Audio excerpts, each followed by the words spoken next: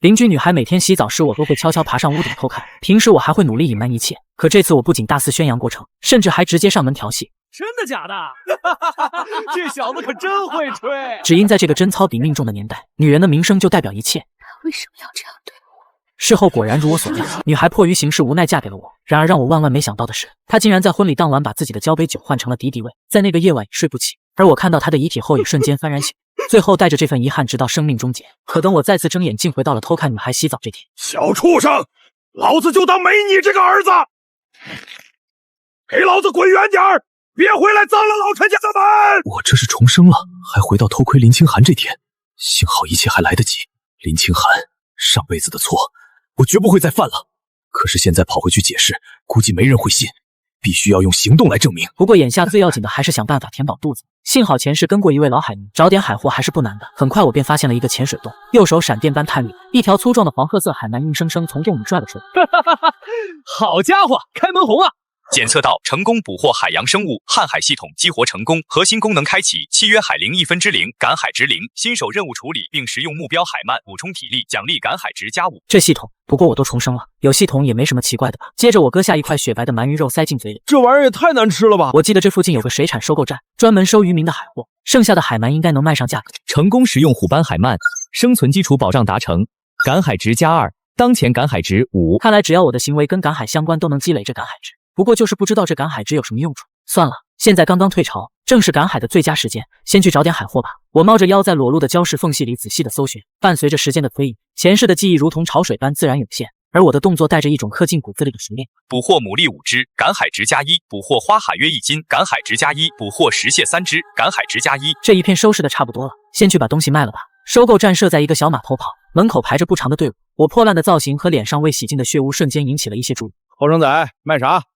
小谢小何去那边散户区。我没说话，只是把那条虎斑鳗拍在桌子上。虎斑鳗个头不小，野生的，刚退潮在礁石缝里掏的，7斤2两，算你1级品，1斤1块3，一共9块3毛6，这价格还算公道。还有这些小东西，你一起给个价吧。这些不怎么值钱，全部加起来10块2毛4分。当我接过钱时，粗糙的手心微微出汗。首次通过赶海交易获得金钱，解锁基础货币系统，赶海值+2。钱到手后，我便迅速走向渔村里的杂货铺，给我1包粗粮饼干，再拿1捆红色的毛线。好嘞，按照这边的老规矩，出了这种丑事，男方想赔罪或者替亲，必须带着红色的东西上门。现在这红毛线是我唯一买得起的赔罪，这一路就算是刀山火海，我也必须去。为了那个被我毁了一生的姑娘，我绝对不会退缩。当我提着红毛线走到林清寒家时，爹，你别去找他了，我认命了。认命？老子打断他的腿！老陈家那个小畜生，我一辈子没跟人红过脸，这次我跟他陈根生没完！上辈子就是这种绝望，最终逼死了林清寒。我绝不能再让悲剧重演。我鼓足勇气敲响了那扇斑驳的木门。谁？孩子叔，是我，陈世九。小畜生，你还敢来？看老子不打死你！林德海举起木棍，我没有躲闪，反而直挺挺地跪在了门口。这举动让暴怒的林德海都愣了一下。孩子叔，是我对不起清寒，您打死我，我绝不还手。但请您听我说完，我今天对天发誓，以前那个混账东西已经死在海里了。我今天来是求您和清寒给我一个机会。这是我今天赶海挣的钱买的，我知道这不算什么，但以后我会靠自己的双手让清寒过上好日子。拿着你的破毛线滚！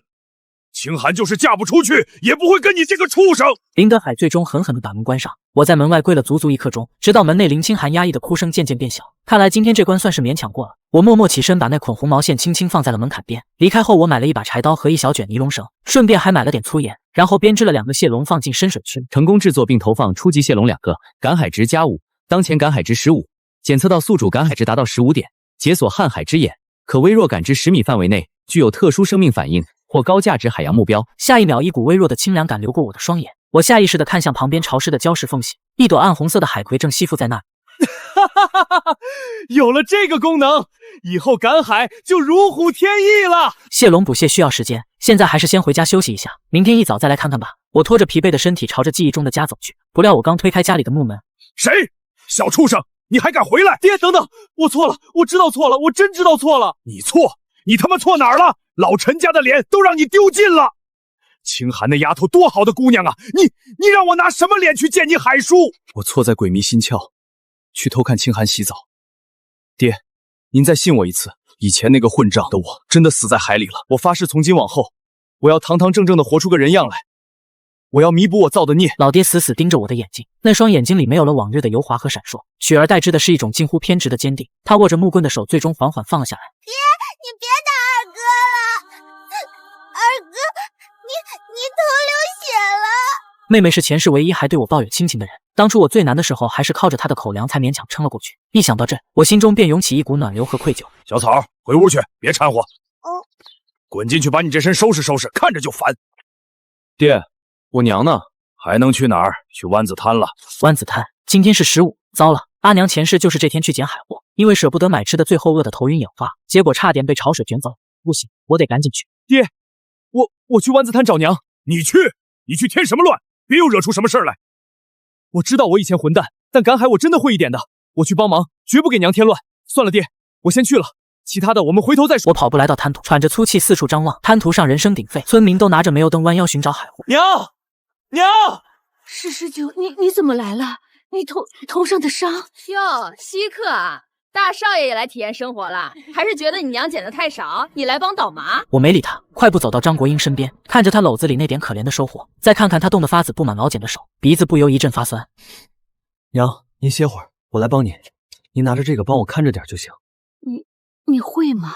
放心吧，娘，您看着。我深吸一口气，悄然发动了瀚海之眼，一股清凉的气流瞬间流过双眼。滩涂上出现了一些淡蓝色光点，这系统果然给力，还真的发现了高价值目标。我立刻选定一个蓝点，举起铁锹头狠狠挖了下去。一敲下去，一个巴掌大的花蛤赫然出现在眼前。捕获巨型花蛤，赶海值加2。哟呵，瞎猫碰上死耗子啦！我没说话，迅速锁定了下一个更亮的蓝点。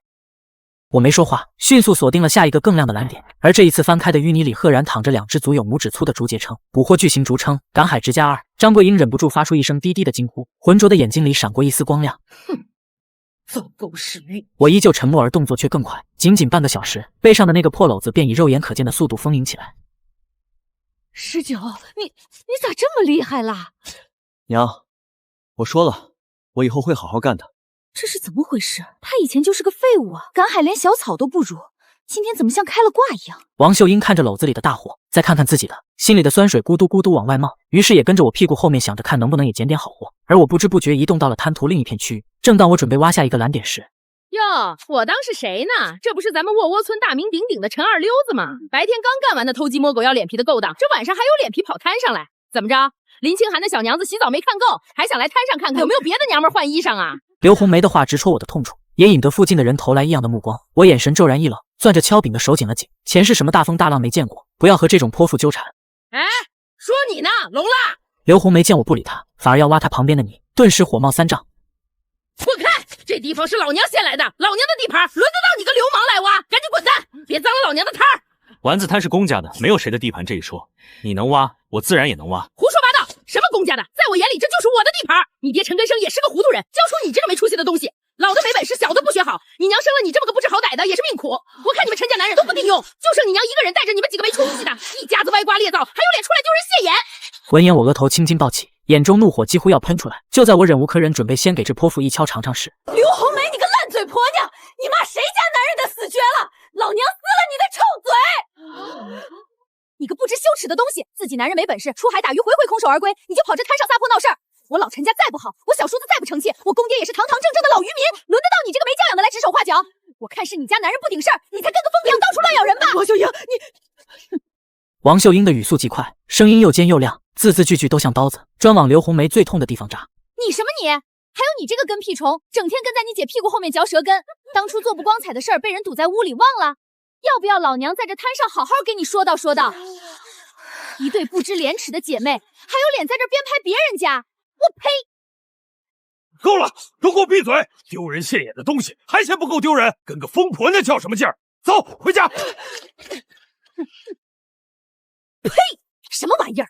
再敢骂我老陈家，老娘撕了你们的嘴！小叔你也是的，他们都骑到你头上拉屎了，也不见你反驳一下。今天算你运气好，赶紧挖吧，挖完了好回去。说完，他也不再掩饰，紧紧跟在我侧后方，眼睛像探照灯一样扫视着他挖过的每一个地方，希望能捡点漏网之鱼。前世只觉得大嫂刻薄贪婪，不成想他还有泼辣护短的另一面。虽然他的出发点未必是维护自己，但这份为了家族敢于战斗的悍勇还真是让我刮目相看。我摇了摇头，不再多想，重新举起铁锹，朝着幽蓝光芒挖了下去。一声沉闷的响声，铁锹头似乎碰到了什么硬物，我小心翼翼地撬动周围的淤泥，一个足有脸盆大小的硬物显露了出来。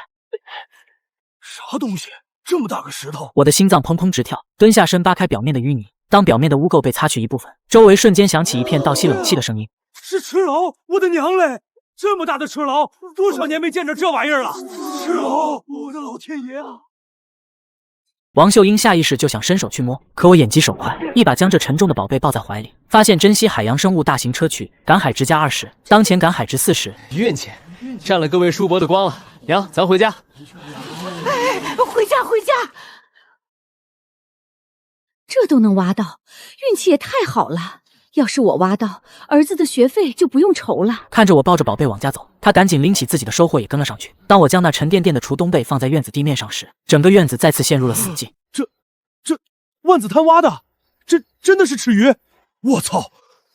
这传说中的赤鱼，我活了大半辈子都没挖到过，如今竟然被自己这个废物的儿子挖到了。老头子，你是没看见19今天神了，一挖一个准，这宝贝也是他。我没立刻解释，当即找个大木盆把蹉跎被沉入盆底，用海水养着。虽然这玩意离了海水也死不了，但泡着水总能保持新鲜点，卖相也好。二哥，这是什么呀？撮丘贝，你看它像不像海里的大石头？它是活的吗？活的，你看它在水里睡觉呢。真的吗？就在这时，院门口人影一闪，王秀英放下自己的东西后，便立刻凑到水盆边。真是稀罕物，19，你这运气真是……他搓着手看着我，脸上堆起笑容，可嗓子眼里的话转了3圈，终于还是没直接说出来。呵呵，想不到大嫂还有腼腆的一面。娘，今天咱家逮着这么大个宝贝，是喜事儿，杀只鸡吃吧，好好补补。杀什么鸡？败家！爹，您看我这头伤还没好利索呢，再说不得庆祝庆祝啊，让娘和小草也沾沾油水嘛。小草听到有鸡吃，眼睛瞬间亮了，偷偷咽了下口水，但又不敢说话。行，杀那只最大的红公鸡，它最能抢食，还不爱下蛋。今天就拿它开刀。娘，您歇着，今天我来吧。不一会功夫，一锅热气腾腾的海鲜鸡汤便端上了餐桌，开饭了。好香啊，二哥！娘，好香啊！我要吃！站住！你看看你像个什么样子，浑身是泥，滚去洗手，洗不干净别想吃。秀英啊，忙活一晚上了，一起过来吃点吧。那就谢谢娘了。而陈远山也循着香气回来了，闷头喝了一大口汤。好吃。好吃！二叔做的饭比娘做的好吃100倍。有那么夸张吗？这顿饭在一种微妙而温馨的气氛中进行。十九，那驼鹿背你打算咋办？明天我跟你去镇上水产站吧。那东西沉，我帮你开。看着大哥眼中笨拙的关切，我心中一暖，缓缓点了点头。好，哥，明天麻烦你了。院外月光如水，水盆里的砗磲贝依旧沉默，但屋内这顿饭因他而起，也已经悄然改变了陈家的一些东西。翌日天刚蒙亮，我早早的醒了，我轻手轻脚的走出屋门，直奔大哥陈远山家的小院。来了，走吧。哥，这东西死沉了，到东沙镇6、7里地，万一晒死就不值钱了。我去叫陈狗子，他爹有拖拉机，请他跑一趟，给他点油钱。行，你去喊，我在这看着。话音刚落，院外就传来一阵急促的脚步声。19，听说你挖到宝贝了，真的假的？快让我看看，啥宝贝啊？听他们吹得跟磨盘似的。我的个亲娘哎，这么大，这得值多少钱啊？别乱动，这可是活的，金贵着呢。狗子，帮个忙，找你爹的拖拉机跑一趟东沙镇水产站，油钱我给。嗨，咱俩谁跟谁？还用说油钱？等着。不一会，院外就传来突突突熟悉的柴油机轰鸣声。等3人把砗磲贝放上车后，便朝着水产站驶去。当我把砗磲贝抬了下来时，立刻吸引了周围所有人的目光。嚯，这是啥玩意儿？好大的贝壳！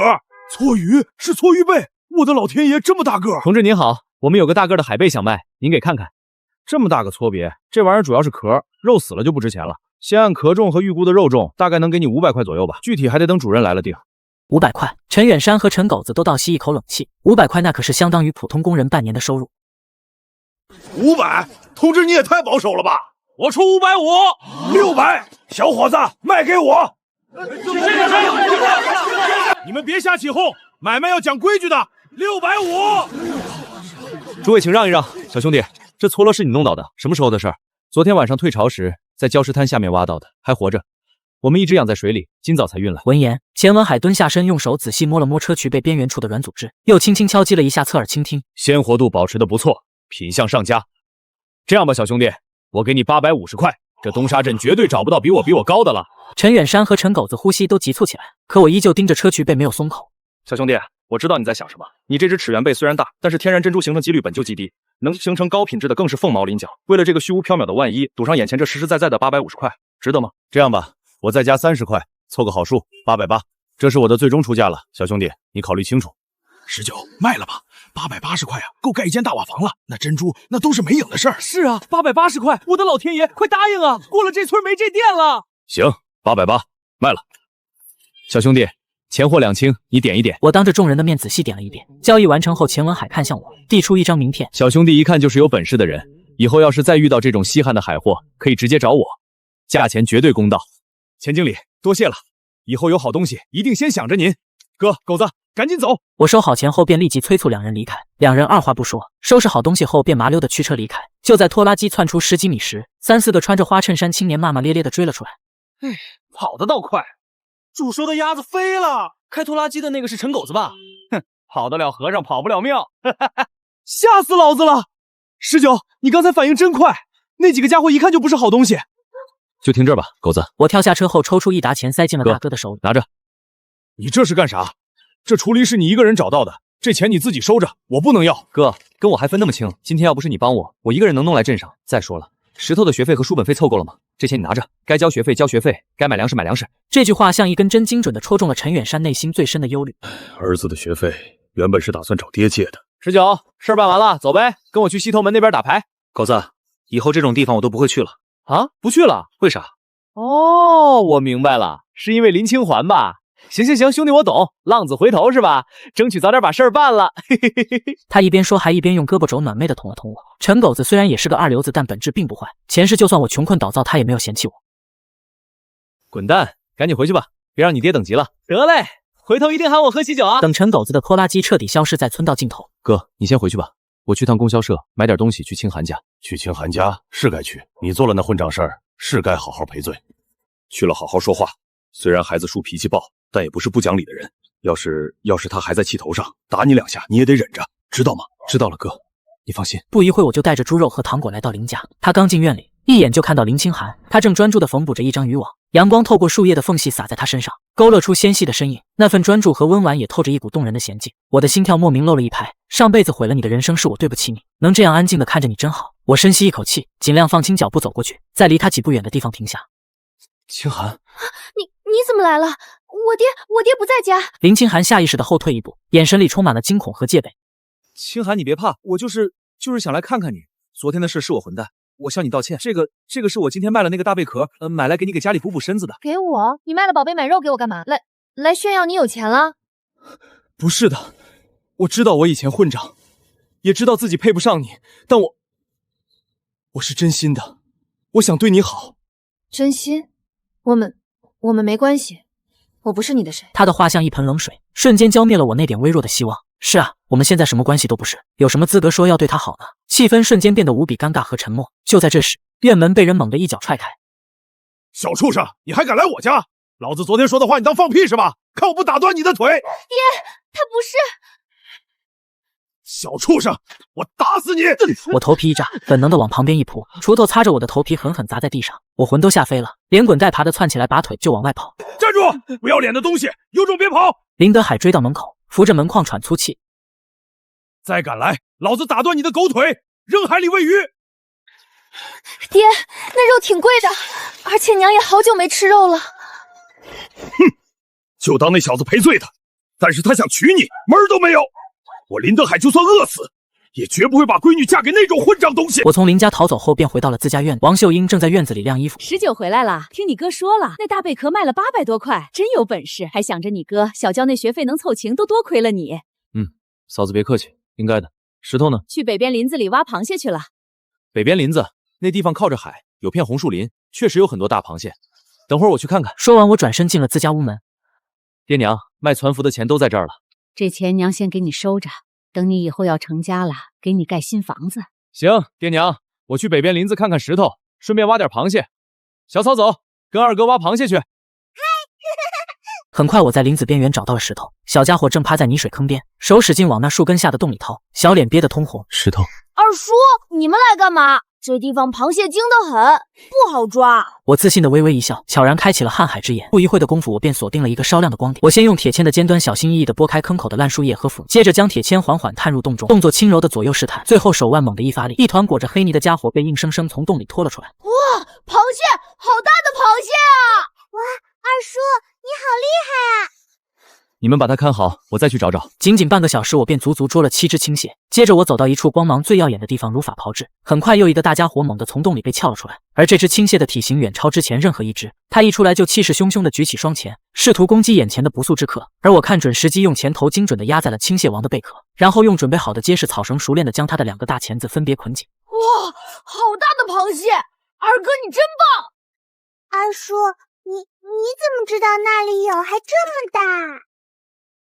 多看多琢磨，走吧，把这些小的卖了去。成功捕获青蟹7只，赶海值加1；成功捕获青蟹王1只，赶海值加5。当前赶海值62。很快我们便来到水产收购站。这小子怎么来了？听说他昨天挖到揣头贝，一早就拉去镇上卖了高价，也不拿来让我长长眼。赵叔，卖点螃蟹。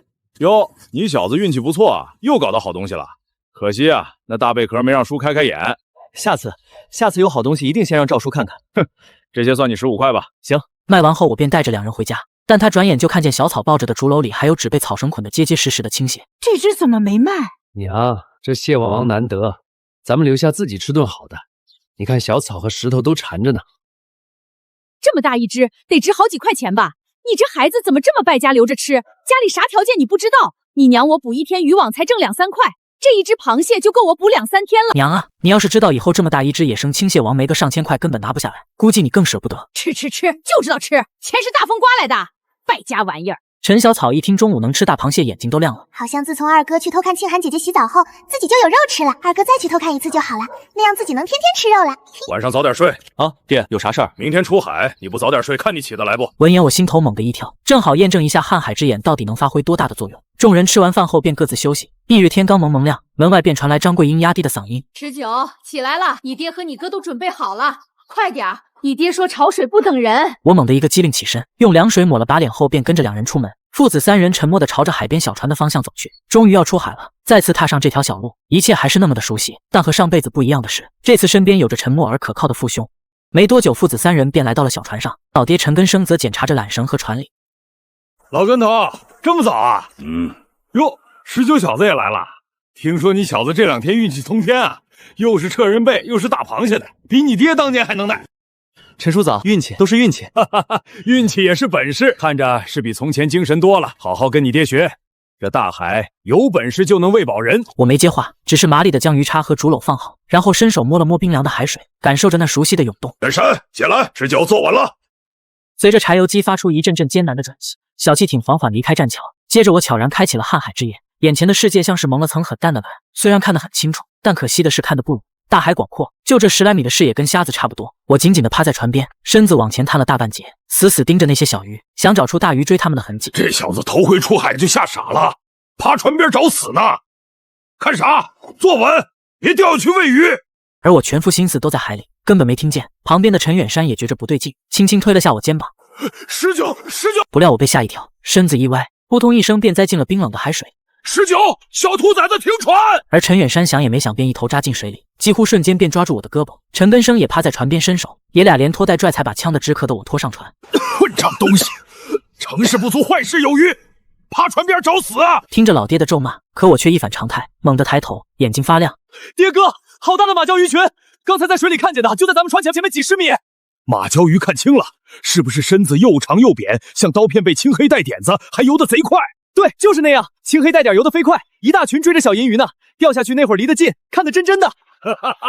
好，都坐稳了。说着便抓住柴油机启动绳，狠命一拽，柴油机疯了一样吼起来。陈根生直接把油门推到底，小船像被抽了一鞭子，用最快速度冲向我说的地方。发财了，发财了！是马鲛鱼群，你小子钓得好，快下网，快下网！陈远山也反应过来，扑向船头那卷渔网，手忙脚乱的解绳子。19，这运气也太邪蛮了吧！掉进水里还能砸出个马鲛鱼群。可就在这时，一条青黑色的身影猛地从水面下窜了出来，随后就像往滚油锅里倒了一瓢冷水，整个海面瞬间炸开了锅，数不清的马鲛鱼从水下猛地跃起。发财了，真他娘的发财了！快，远山下网！陈远山也顾不上震撼了，手忙脚乱地抱起流刺网，用尽全力将网甩了出去。快帮我拉网！19赶紧过来帮忙拉！父子三人一起用力，喊着号子，艰难地将沉甸甸的渔网往上拉。当渔网被拉出水面，网眼里挂满了拼命挣扎的马鲛鱼，鳞片在阳光下闪着青黑色的冷光，尾巴有力地拍打着，溅起无数水花。这一网起码上百斤，成功捕获马鲛鱼，赶海值+5。当前赶海值67，快解鱼，倒进活水舱。陈根生熟练地将鱼从网眼里摘出来，扔进船中部的活水舱。然而第一网的鱼还没完全解，老爹又在催促了：趁鱼群还没散，快第2网！接着便是第3网、第4网。到后来我已经记不清撒了多少网，解了多少鱼，我只觉得胳膊酸疼的抬不起来，而手指也被渔网和鱼器划了好几道口子。哎，行了，捞不动了，值了，这一趟能顶半个月。虽然累是累了点儿，不过这可是我重生的第1网，值了。唯一遗憾的是，赶海值还是67点。看来同品类的海洋生物，只有第一次抓到会提供赶海值。19，没想到啊，你小子这一头栽海里还栽出个金山来，钓的值啊！这叫祭观音娘娘，懂不懂？诚心着呢。放屁，观音娘娘也是你能编排的？再胡说八道，老子把你扔海里真记！闻言我缩缩脖子，他们这里和其他地方不一样，虽然也有祭拜妈祖的，但真正被奉为海神的是观音，所以对观音娘娘那是打心眼里敬畏。爹，咱还去孤岛背面不？油还够，时辰也早。去油还够，空着半舱回去像什么话？再撒几网，没货就回。小船重新发动，约莫半个钟头，终于绕到了孤岛。我下意识地发动了瀚海之眼，我靠，前面居然有野生大石斑，那货值老鼻子钱了。可惜的是海底有漩涡和暗流，小船根本无法靠近。就在这时，不远处一条小舷板正在慢悠悠地飘着过来。老跟头咋样？这趟有货没？没啥像样的，就捞了几网马鲛，凑合着吧。王老五哦了一声，眼睛却不由自主地往我们活水舱里瞟，这一瞟眼珠子就有点挪不开了。哼，老跟头，你这都快爆仓了还凑合？发财了你们这是？发财啥？这鱼不值钱，也就图个量多。量多也是钱啊！这一趟顶我们忙活好几天的，你们在哪儿搞到的？这运气也太好了。你呢？这边怎么样？搞到点啥？别提了，撒了好几网，竟是杂七杂八的小鱼崽儿，都不够油钱。这地方看着好，就是不聚鱼。老根哥，你们那马鲛到底在哪儿打的？给老弟透个影儿呗。就来的路上，离这儿大概3、4里地，那会儿正好碰上鱼群追食，跳得跟下饺子似的。哎呀，我早上就是从那边过来的，咋没看见？真是谢了老哥，我也去碰碰运气，回见。说完也朝着陈根生指的方向加足马力冲了过去。我们下网试试水，可一网下去只有零星几条小鱼，紧接着的几网也同样如此。陈根生皱了皱眉，把小鱼扔回海里。然而就在这时，海风突然变了味，带着一股湿漉漉的凉气。陈根生抬头一看，才发现东边缓慢飘来老大一片乌云。要变天了，看这架势，大暴雨要来了，赶紧收网回了。陈远山应了声，便手脚麻利地开始收拢渔网，而我却盯着船边那片深悠悠的海水。刚刚海底好像有什么东西隐隐发光，可惜太远了没能看清，就这样走也太亏了。爹让我下水瞅瞅吧，就一会儿，头回跟着出海，想看看海底啥样。你放屁眼瞎了！没见这天要塌了，浪都拱起来了，找死啊你个小兔崽子！爹，我就下去瞄一眼，马上上来。您忘了早上我不也瞅见鱼群了吗？您不放心就让大哥跟着我。这小子有点运气，10来分钟这点时间还是有的。再说远山看着应该不会有问题。远山，你跟他下去，给老子看紧点，就5分钟，时间一到，立马给老子滚上来。哎，知道了，爹。兄弟俩也不废话，扑通一声就扎进了冰凉的海水里。两人大概潜了10几米，胸口就有点发闷，便赶紧蹬腿浮上来换气。看着啥闷？没太深了，还没到底，给我再下去一次。我猛吸一口气，然后卯足了劲朝着海底扎去，耳朵眼被水压得生疼，胸口憋得快要炸开。就在我感觉自己快要撑不住的时候，脚底板终于蹭到了软乎乎的海泥，我立刻发动了瀚海之眼。突然前方大礁石底下几团蓝色的亮光吸引了我的注意，哈哈，终于找到你们了！卧槽，居然是龙虾，其中还有一只接近半米长的龙虾王，这下真发了。于是我赶紧拼命挥手，而陈远山也立马解下网兜，小心翼翼地靠近。可龙虾王似乎感觉到了威胁，尾扇微微张开，摆出了随时逃跑的架势。见状，我屏住呼吸，便慢慢地把手伸过去。然而就在这时，龙虾王粗壮的尾部猛地一弹，一股泥沙瞬间搅浑了海底。幸好陈远山早有准备，看准他逃跑的方向，结结实实把龙虾王兜了个正着，逮住了。而我也眼疾手快，按住了旁边一只稍小的龙虾，塞进了大哥撑着的网兜里。抓到大龙虾1只，赶海值+3；抓到龙虾王1只，赶海值+10。当前赶海值80。眼见石缝里好像还有动静，但我们肺都要憋炸了。于是我赶紧朝大哥比划，随着我们同时冲破海面，两人贪婪的大口呼吸着空气，这才发现天黑了，大雨已经落下来。陈根生半个身子探出来，连拖带拽才把我们拽上船。嘿嘿，小兔崽子，要变天了还磨蹭，找死是不是？老子娘娘嘞！这下蛊成精了！我操，老子活了半辈子，头回见着这么大个的，这满身的刺，这小子难道是龙王爷亲儿子？这一会儿赤玄贝，一会儿青蟹王的，现在又弄了一个瞎祖宗！可就在这时，一声炸雷瞬间像在头顶劈开，豆大的雨点顷刻间连成了线。陈根生一个机灵，猛地从震惊中回过神，都他娘抓稳了！他使出吃奶的力气，一把将油门杆推到底。小船在狂暴的风浪中猛地一窜，马力全开的朝着渔村的方向冲去。但就在返航途中，陈根生眼睛猛地一眯，死死盯住孤岛另一侧的海面。他娘的，那船咋还没走？陈根生双手拢在嘴边，用尽力气朝着那白船嘶吼：“喂，快走啊！要下大暴雨了，搁这儿等死啊！”可是那艘白船却依旧停在原地，不见有开动的迹象。爹他们好像在挥手，不好，爹哥，他们应该是触礁了，船动不了了。陈根生和陈远山闻言脸色瞬间一变。这孤岛周围暗礁密布，本地老渔民都得小心翼翼绕着走。他们一看就不是本地人，不触礁才怪。哎，可眼下这鬼天气，自家小船都随时可能翻沉，再靠过去，万一自家也搭进去。爹不要犹豫了，不能见死不救啊！是啊，爹，咱得过去看看，能救一个是一个。陈根生咬着牙猛地一跺脚，远山稳住船，靠过去，19，把水往外舀，快！陈远山立刻拼命转动船舵对抗着风浪，艰难地调转船头。我抓起舱底一个破瓢，跪在船板上就拼命地往外舀水。就这样，小船顶着狂风巨浪，艰难地朝着被困的白船驶去。远山停，前面有暗礁，不能再往前了。爹，那现在咋办？陈根生二话不说，翻出2捆粗麻绳，在自己腰上缠了几圈后，便拴在船尾的缆桩上。绑上，跟我下水。19，你待在船上看好船，稳住绳子。不行，爹，我也去。放屁，看好船，绳子松了紧了你都得管，这是你老子和你亲哥哥的命。爹哥，你们小心。随后父子俩先后跃入了汹涌的海，10几米的距离，平时眨眼就到，可此刻却游得异常艰难。风浪好几次把2人拍进水里。船头那2个年轻人看到生存的希望，激动的眼泪都快出来，趴在船舷边拼命伸手。快下来，一个一个来！其中的金表男看着下面汹涌的海水，吓得脸色惨白，但求生的欲望压倒了一切。他一咬牙就顺着船帮就滑了下来。陈根生眼疾手快，一把就接住了他。抱紧我，千万别松手！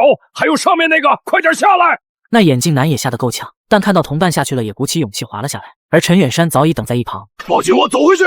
快点！我在船上看得心惊胆战，听到老爹的吼声后，立刻开始收绳子。4个人在绳子的牵引下，艰难地朝着小船的方向移动。然而就在他们快要撤离时，一阵狂风从侧面猛地刮来，白船甲板上一把折叠椅打着旋，朝着水里的4人狠狠砸了下来。小心！那椅子不偏不倚砸在了陈远山架着眼镜男的那条胳膊上。陈远山手臂剧痛之下本能的一缩，被他架着的眼镜男直直地沉入了浑浊冰冷的海水里。明哲大叔，救救他！快救救他！他是我亲兄弟，求求您了！只要您救他上来，多少钱我都给，多少钱我都愿意出。这种情况还怎么救？自己身上还架着一个累赘，风浪这么大，贸然过去很可能把自己搭里头。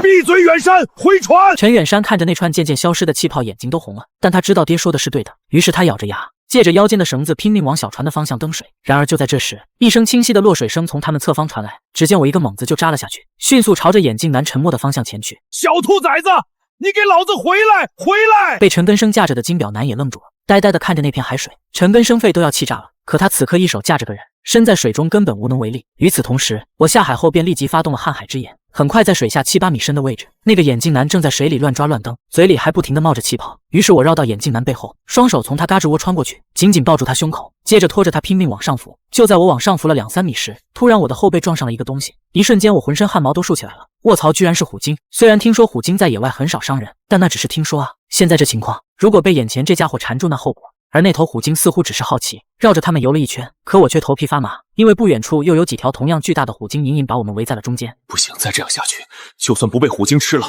我们也得淹死。不管了，我把心一横，2条腿拼命蹬水。然而在我全力上浮的瞬间，下意识地朝搁浅的白船看了一眼，只见那艘船底附近好像有一团小小的黑白影子，原来是有一头小虎鲸被渔网困住，而那些大虎鲸正在向我求救。但是这个人已经快撑不住了，还是先救人要紧。于是我咬着牙继续往上收。2人终于冲破了水面，雨水巨大的声响和混乱瞬间包围了我。19这边，19快过来！远山快开过去！小船很快靠近，几人合力之下才把已经昏死的眼镜男扔在船板上。明哲，明哲，醒醒啊！小兔崽子，你不要命了！老子回去非扒了你的皮不可！快上来，快！爹，我马上回来！我只来得及吼出这一句，然后身体借力向后一仰。陈19，你个混账王八羔子！你他娘的到底要干啥？